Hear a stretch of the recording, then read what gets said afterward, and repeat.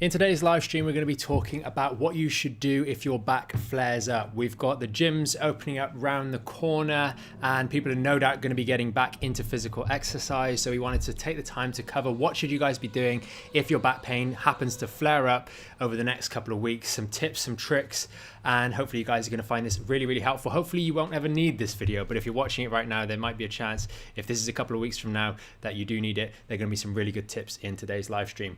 As always, if you're new to the channel, please do consider subscribing. We do these live streams every single weekday. They're there to help you guys. At the end of every single one, we'll have that Q&A. As always, Lara's the other side of the camera, so she'll be taking your questions down as we're going through today's topic. If you've got any questions about the topic, maybe you've had a flare up, or maybe you know someone that has and you want to ask some questions, please do post those in the comments and we'll get to those at the end of the live stream. With that being said, let's get into today's video.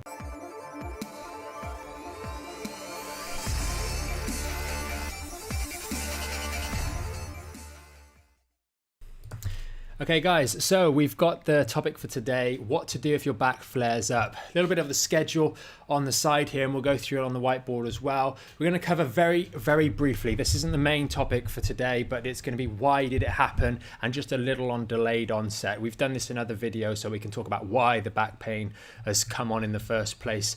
In other videos, we'll touch on it very briefly. We want to really get into how you should approach these flare-ups, both mentally and physically. What should you be doing if you do have a flare up, depending on which phase of recovery you're in. And if you're familiar with our Back in Shape program, we've kind of added in one there, phase 0, and that's if you're not doing the Back in Shape program and you've just injured yourself or re-injured yourself and you've been floating about the internet trying to figure out what to do. So that would be phase 0.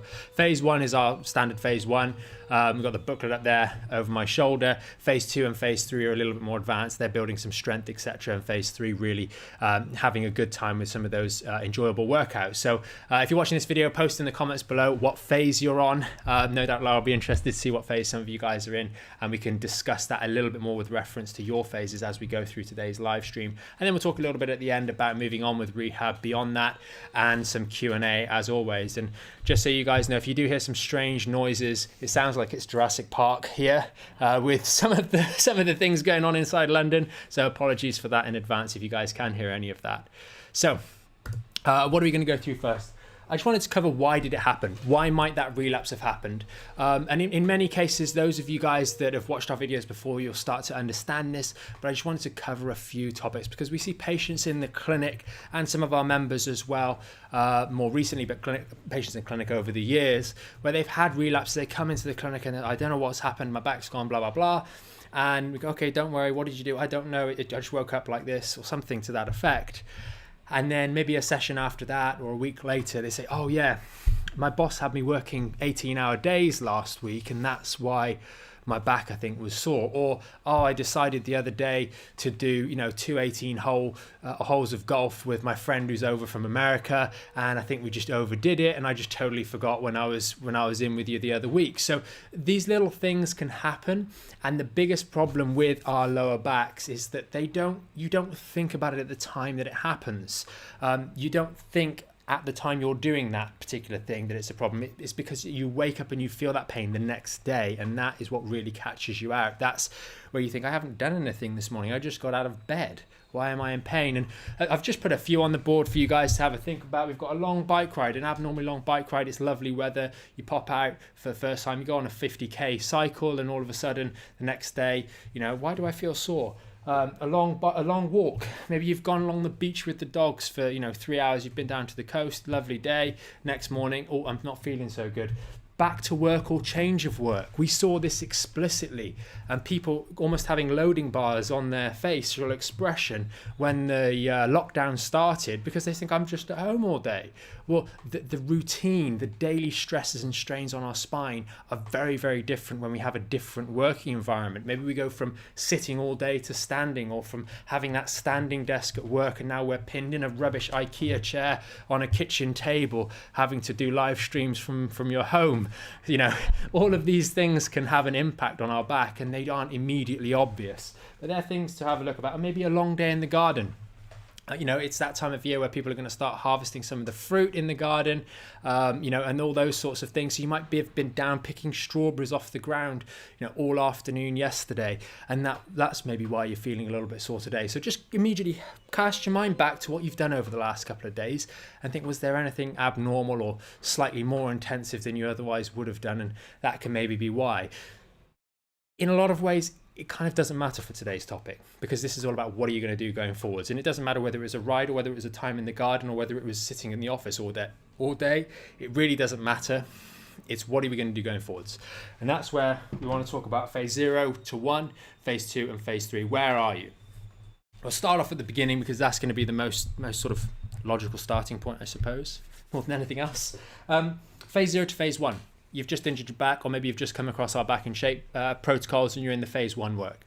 If you have, unfortunately, why are you in phase 1? We want to understand first and foremost. We're in phase 1 because we've injured our back. We've most often, if you've watched any of our other videos, we've got an ongoing back issue where we've got poor flexibility in these hip joints. Okay. In the hip joint, not a dislocated hip. We've got poor flexibility in these hip joints. They're not working quite as well as they should be, so the back is doing more of the movement as we're bending and moving around. Maybe we've got a flat lordosis. We've lost some of this and we're driving more pressure through the discs. We've got maybe some poor core control. We don't have the appropriate stability through our midsection, which is why this back pain has come on in the first place. Well, in the early parts of phase 0 to phase 1, we haven't really changed any of that. Consciously, yes, we're able to engage the core more, but there's no change in strength there. We may have made some improvement in flexibility, some minor improvements in flexibility, because we've only been doing them for a few days or so, and therefore we haven't had much of a change there. So the stiffness is still there to a degree. We've periodically reduced the inflammation in that lower back through things like the towel exercise and the icing, and that helps, but the fundamental reasons and structures that are there to protect your back and the reasons that it's gone haven't really changed all that much. So if you flare up in phase 1, phase 2, you just need to be careful. Go back to the script, go back to the exercise routine. You should be doing that 3 times a day, the icing.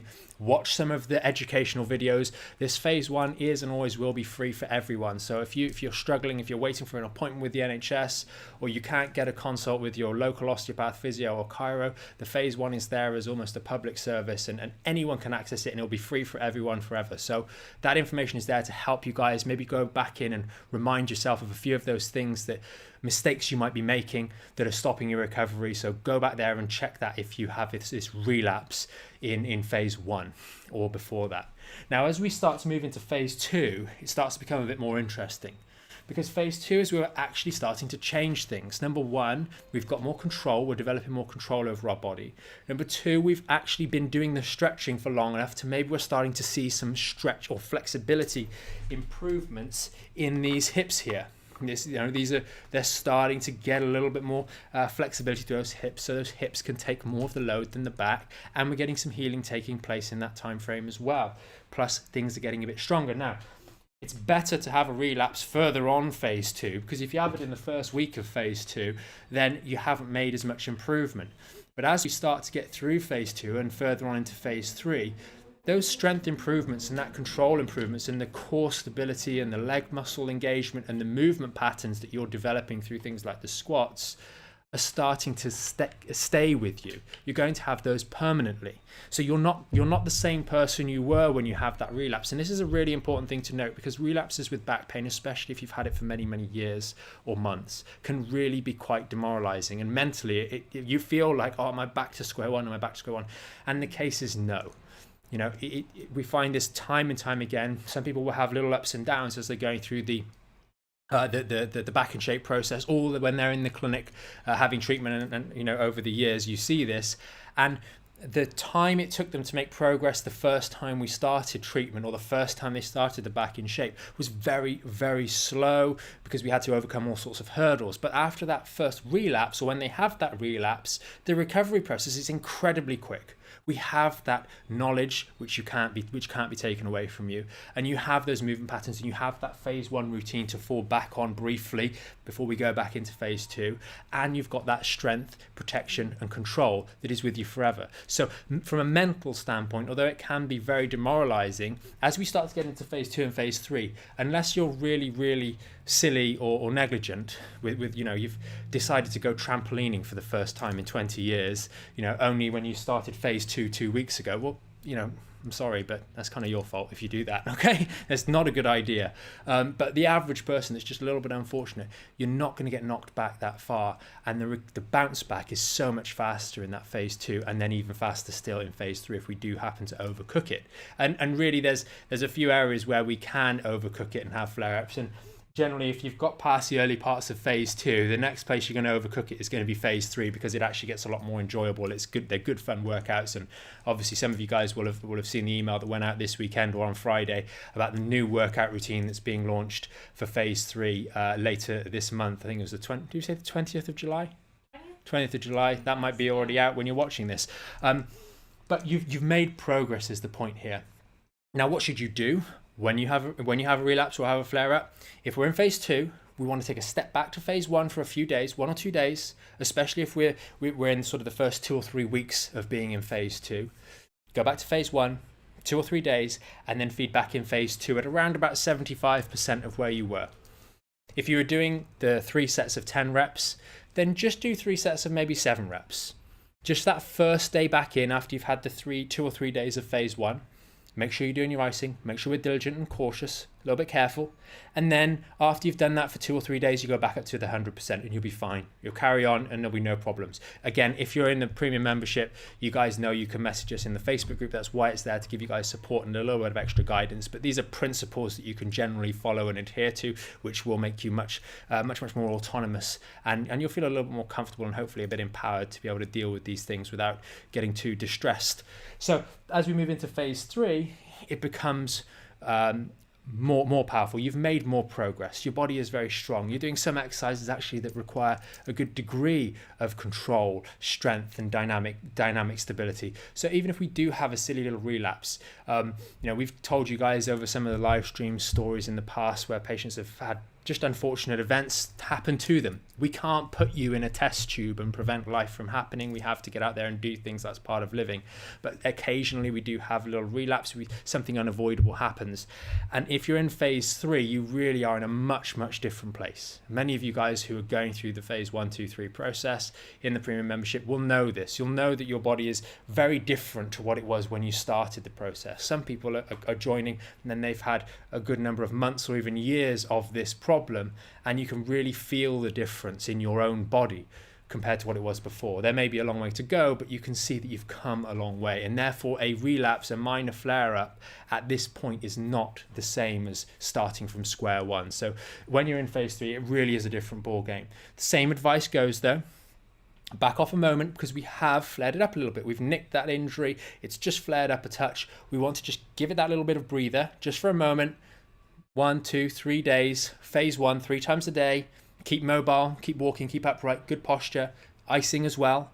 And then go back in around about 75% of what you were doing of your phase 3 routine. Don't go back to phase 2, phase 3 routine, and then build it up slowly over the next 3 to 5 days to build back up to where you were, and then tentatively move on. Some people at that stage, because the workouts are a little bit more challenging, a little bit more CV orientated, you might feel like you want to just get back up to the 100% and then just plateau there for a week and then push on. That can be a sensible approach. But the one thing we wanted to get across to you guys, when your back pain flares up, it's so rare for someone to come into the clinic over the years or be part of the Back in Shape membership site to have a completely linear, crystal clear, clean process of recovery. They always have some little bumps in the road, and that's entirely normal. Again, we can't put you in a test tube. I've done a lovely little drawing of an average recovery process over here, just a little graph. Obviously we've got time and 100% being at the top, and the red is while you're in phase 1. You start to feel a little better, maybe you have a little bit of a bad day. And then we move into phase 2. We're doing well. We have a little bit of a bump. We make a little bit of quick progress, then a little bit of stagnation, then a drop, and then progress again. So that is a completely normal pathway to recovery. It's something that you can expect, you can look forward to. The challenges just remind you sometimes that the pain is there, that there's still a weakness there. And the one thing we have to remember is when we're dealing with things like disc injuries or spondylosis or spondylolisthesis, some of these more challenging issues or arthritis in the spine, there is a little bit of remodeling that needs to take place. There's re-strengthening of the soft tissues that needs to take place that will be happening once you're out of pain or at substantially lower pain levels. So we still need to be careful. We're still not back to fighting fit from a strength point of view. That's why we don't just let you have free reign with all sorts of exercises in phase 3. We do want to keep it controlled to make sure that there is a bit of structure to those exercises for you guys, so you don't go too far astray and end up hurting yourself and adding on exercises like backward bends in yoga, like the bridge, or doing trampolining like I mentioned earlier, or handstands. We don't want to do any of that just yet. We want to allow those tissues to regain their strength. So that's very, very important. That's why we give you the guidance. The last thing I wanted to just touch on just before we get into Q&A is we are aware, as I think I said at the start of this video, that the gyms are opening in the next few weeks. Big warning there. We will cover this in a lot more detail on Friday on the live stream, but just wanted to finish today's live stream before we get into the Q&A with a little story. I was doing a little workout with my brother just yesterday. We were doing some tire flips, which is where you flip a big tractor tire. It's the first time I've done any sort of lifting weights really since lockdown started, and my forearms are absolutely awful today. And I wanted to just stress, when we do end up going back to the gym or taking a step up from phase 2 to phase 3, don't misattribute normal DOMS, what's called delayed onset muscle soreness, which is what I'm feeling right now in my forearms when I try and do up my laces or grab something. You can feel they're sore and uncomfortable. Don't mistake DOMS for a flare-up. Delayed onset muscle soreness is something you want to be mindful of. We might start getting that a little bit in the legs as we increase the intensity, especially in this new phase 3 routine that's going to be coming out. You're going to feel that a little bit in the leg muscles, a little bit more. So we want to make sure we're still doing our stretching. We're not neglecting our stretching in the latter stages, but don't confuse DOMS for a flare-up in the back. If you don't deal with DOMS well, then you're going to get a flare-up, but we'll talk more about that on Friday's live stream. So with that, we're going to Q&A. Okay, awesome. Good afternoon, everybody. Okay, so Alex on YouTube said that he is doing a mix of phase 1 and phase 2 at the moment. Yep. And he said that was me when you were going through why did it happen. I don't know whether that was maybe a long bike ride or a long walk that he did, yeah. But he said that was him. Yeah, it was a cycle. Oh, okay, it was a cycle. Yeah, all right. I think we all kind of do it, especially when we do. overdo it when the weather is so good. And you don't know, it's beautiful weather. Cycling's great in the summer. I'm not a cyclist, but I can really appreciate that it would be lovely to get out on the bike, and especially if you're living in a place where the traffic's not too bad, like London. Absolutely. You can really enjoy yourself. Okay, Alex Sparks has asked, can one exercise oneself to the point of being able to avoid surgery? Great question. Yeah, I think that's generally the goal for quite a few actual members of the Back in Shape and patients that come and visit us. Yes. They've come in and they've said, look, I've tried all these therapies in the past. I've got a scheduled surgery date. Maybe it's in 6 weeks' time. Maybe it's in 12 weeks' time or something like that. We normally, as a default for the patients, we will say, do not fiddle with that surgery date. Leave it there. You don't need to worry about that. Leave it in. Don't cancel it or anything like that. And we'll go through and do what we can, everything we can from a non-invasive point of view to hopefully get to the point where 1 week before the surgery, you can say, do you know what? Call up the surgeon. I don't need this. I feel okay. And your surgeon will most likely be incredibly pleased about that, because really most of the guys that we're speaking to nowadays that we liaise with from a clinical point of view, they don't want to have to do surgery. They want you guys to be able to get better at home. They want you to be able to do appropriate rehab. And the silver lining, so to speak, is if you go through these protocols, you get stronger, you support your body better, you might get to the point where you go, there's more than enough examples where we've had patients where they've not elected to do the surgery as a result of making improvement. But even if you do, your body is in a stronger position. Therefore, the prognosis after surgery, the rehab after surgery is going to be much easier. Your body is stronger. It's going to be able to deal with the stress of going through surgery more effectively. Your bounce back from that is going to be more effective as well. It's similar to, they get people who are going to have things like gastric bands and those sorts of surgeries. They want them to lose weight first because it's going to make things better in the outcome afterwards. And if we've got a stronger core, stronger muscles and more flexibility, even if we did end up having surgery, then we're going to do better afterwards. Okay, just following up with Alex there, she said, I've been struggling for 3 months and see a little progress, and the MRI comes up on Wednesday. Okay, Have a look, have a chat and have a chat. If you've, I'm assuming you have a follow-up appointment with your surgeon or your physician or your GP. Let them know how things have been going with your rehab as well. They'll hopefully have some valuable information to say. Yeah, absolutely. And Alex, if you want a second opinion, you can we always offer the virtual consultation. Yeah. Just kind of side note there. Okay, Sarah on YouTube, on Facebook, has said, is there a simple way of knowing the difference between DOMS and a relapse? Yeah, it's difficult. So if you're someone that gets sort of sharp pain down the leg, for example, that sharp shooting sciatic pain, or that pain that's locally in the lower back, maybe it's sort of just down the bottom here, and you've done, let's just suppose you've moved on to phase 3 and you're doing some of those banded lunges.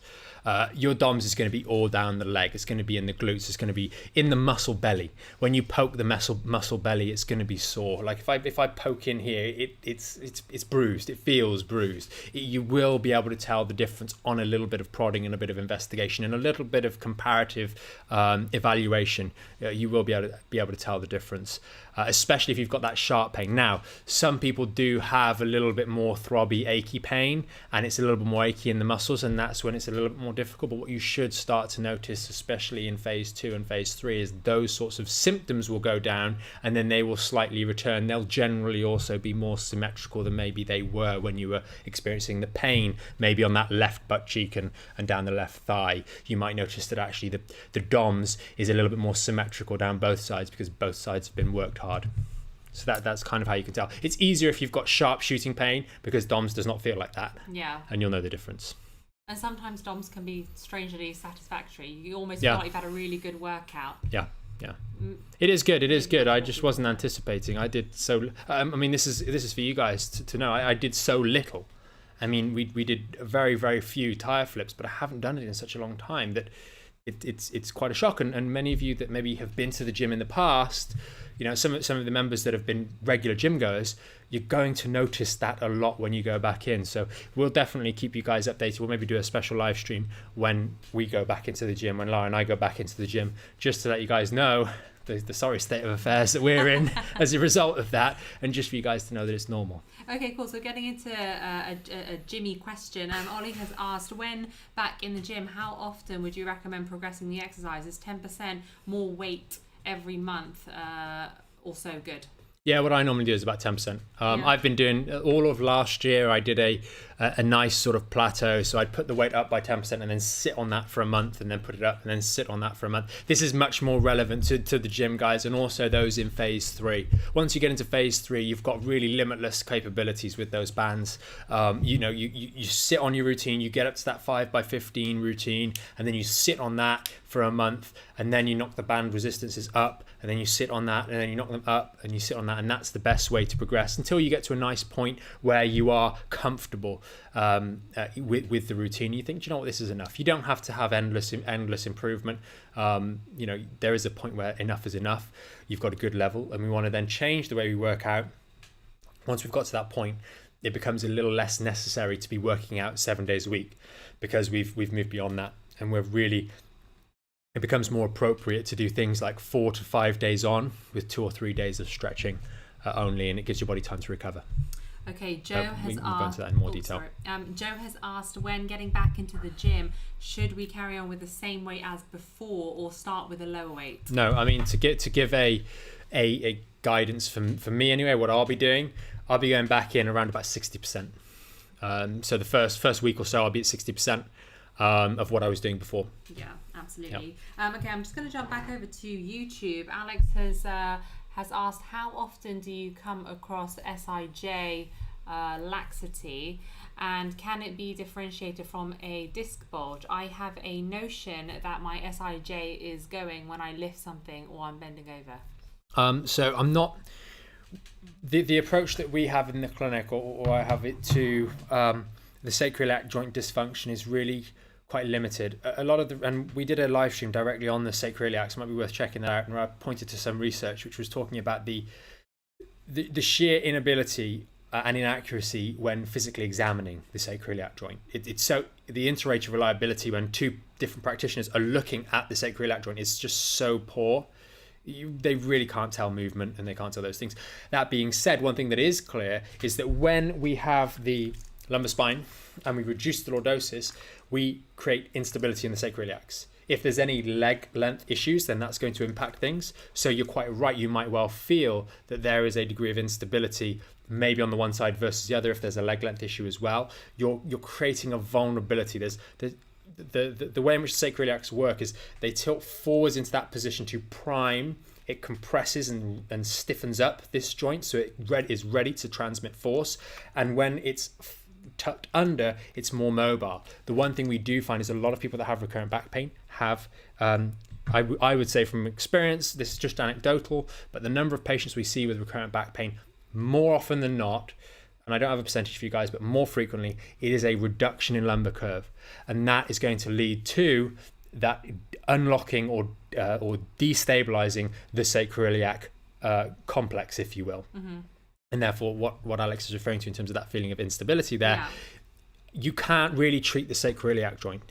You can't do anything to it functionally. You have to affect it from coming top and bottom down. So you can affect the hip mobility and you can affect the lumbar spine position, but you can't really do anything to the sacroiliac. You can't flex your sacroiliac joint. You can't extend your sacroiliac joint. You can't really do those things. So you have to really look at how this is working and how this hip joint is working, and that's where I'd go with those things. If you just keep the spine up, when I do like a heavy leg day, I always say to you, I get that tension sort of feeling here, and you always say, well, if you know it's coming from the lower back, get on the towel, and you're right, because that is just one solid bone. This bone doesn't move. There is quite often lower lumbar pain will refer to the sacroiliac, or people will call it the coccyx area, etc. For you to injure this actual, and we're going a bit off the topic of the sacroiliac, which is the joint between this white bone and this orange bone, but quite often people will feel it in the sacrum. In order for you to injure your sacrum, I mean, that's like basically breaking your femur. That's quite a serious injury. You would have had to have some serious blunt force trauma straight onto here, and the thing would be seriously damaged. So you can't really injure any of those segments per se. Just worth noting. But quite often lumbar injuries refer down to there. Yes. Interesting. Okay, perfect. So Karen has asked here, if you know you're going to be doing something different one day, i.e. going for a long drive or a long walk, is there anything you can do to prepare yourself? If you're going for a long drive, less so. It's more about after the long drive. So you guys all have phase 1 routine. You'll notice that at the end of all of the phase 2 and phase 3 routines, we've got that same little routine to keep those hip muscles mobile, to decompress the lumbar spine, and where necessary, we can incorporate icing. Same thing. You go for a long drive, you go for a long cycle. I've had a few negotiations with a few guys that particularly enjoy cycling of late. If you're watching this, you'll know who you are. Going back into cycling, some more seriously than others.